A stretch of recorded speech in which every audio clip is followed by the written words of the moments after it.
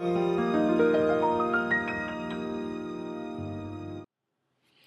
love bugs. This is Lovie Note number 3, entitled Help. This Lovie Note was inspired by Erica Campbell's new CD, Help, which is a title track. So, yes, I'm an Erica Campbell fan. Yes, I'm a Mary fan. So, let me get that out of the way. And this is in no means an album review, but as music and art does, it has you as a consumer kind of reflect on, your life. If it's good art, it will leave you asking questions. If it's good art, it will leave you thinking about life a little bit differently. If it's good art, you'll have a new perspective. So I say all this to say the Help CD is good art because it left me asking questions. It left me being thankful. It left me with a different perspective, and it left me on a positive note. So last week I was traveling for work, and for some reason, when I'm on a plane, God speaks to me, or I hear Him more clearly, or I communicate with Him more effectively. Um, and I really think it's because when I am on a plane or when I'm in flight, I am at one of my most vulnerable moments. I have absolutely no control over the flight. I have no control over the pilot. I have no control over the person next to me. I have absolutely no control. I am at a total place of surrender. And the first thing I do when I'm on the plane is, I have my seat, I get everything together, but once I'm settled, I close my eyes and I say a prayer because it's totally out of my control. I have no control. So I say that to set the context for what happened next. So then I'm listening to Help, the CD, and there's some great songs on there, but I was listening to Help in particular, and it came to me that asking for help is one of the most loving things that we can do for ourselves. We have a lot of ego and a lot of pride. I mean, we're human. And so maybe I shouldn't speak for you, I'll just speak for me. I have a lot of pride, and I am human, and I have an ego. And it's difficult to ask for help because I want it to appear like I got it under control. Even when I don't have it under control, I want you to think that I do, because I don't want you to see my insecurities. I don't want you to see my vulnerability and judge me or abuse or take advantage of me. So I say all that to say is that recognizing that I ain't got it.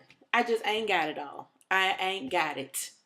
And asking for help is one of the most loving things that I can do because it frees up space to focus on what I really need to focus on. It relieves stress. It takes away the wear and tear from my body. It um, builds relationship. And so to me, it's one of the most loving things to do, but it's the hardest thing to do.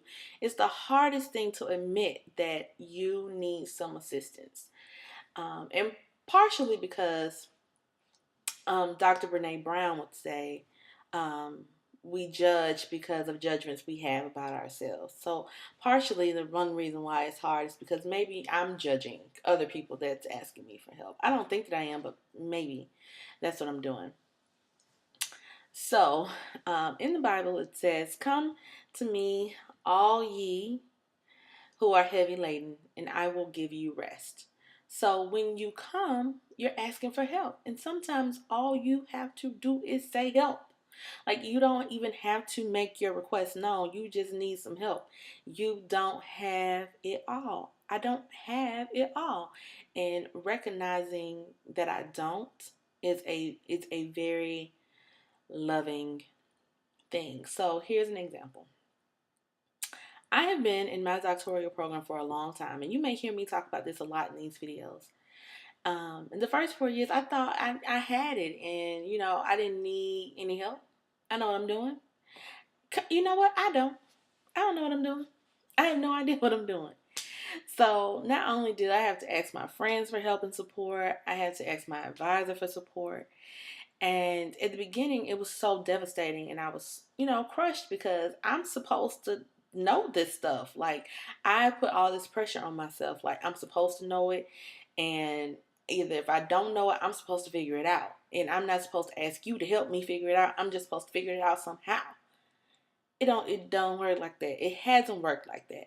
And had I asked for help, maybe in year 3 or 4 or of my program, I would not be in year 8, 8.5, still, now asking for help. Like, I would have had enough wherewithal to do it on my own. So I say that to say, like, whatever challenge that you're going through, that you're trying to keep together, you're trying to hold it all to yourself, ask for help. Whether you're grieving the loss of a loved one, whether your finances are out of control, whether you need to lose weight, whether your marriage or relationship is not going the way you thought it was going to go, whether you are living with somebody and you don't really want to live with them, whether it's, I'm driving a car that isn't working, I'm on the bus, all I have are my feet, whatever it is, like whatever your issue is, whatever struggle you're having that you're trying to control and keep to yourself, you will continue to struggle until you surrender and ask for help. So I'm going to work on this. I'm really going to try to continue to ask for help, and I hope that you do the same. So what are some things that you need some help with? And let's see if we can build a helping, loving community.